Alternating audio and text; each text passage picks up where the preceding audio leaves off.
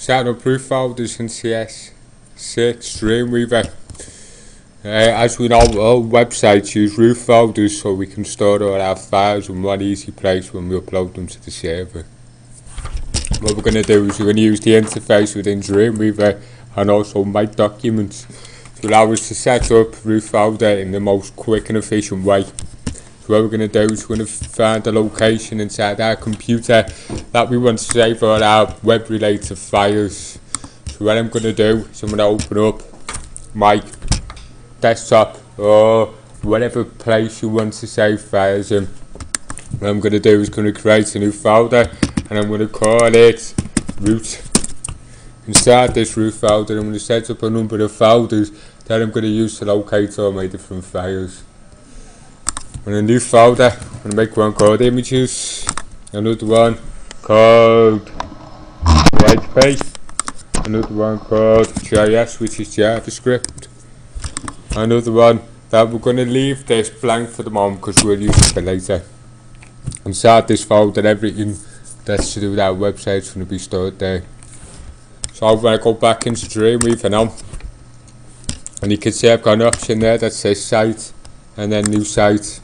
This is the interface that we use now, so we can set up all the different folders and the locations, so that everything that we do inside Dreamweaver will know what files and what location they need to be looking at.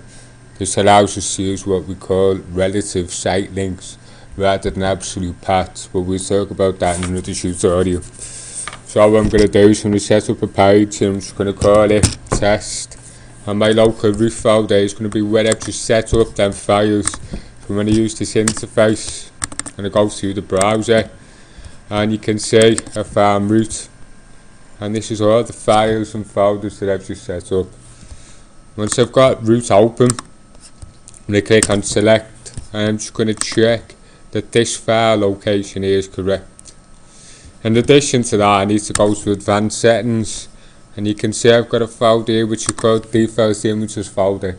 All Dreamweaver is trying to do is make it quicker and easier for us when we're inserting information and images into our site. So inside that, I'll use the browser button again. You should see that it automatically opens up your root folder. If that doesn't happen, you've not told Dreamweaver where to look properly. You need to go back to the first step. Double click on images and then select, and you can see I've got it set up there. If I click on save, what you should see in the bottom right hand corner now is our file location, and the green which shows us that Dreamweaver is treating them as an active root folder.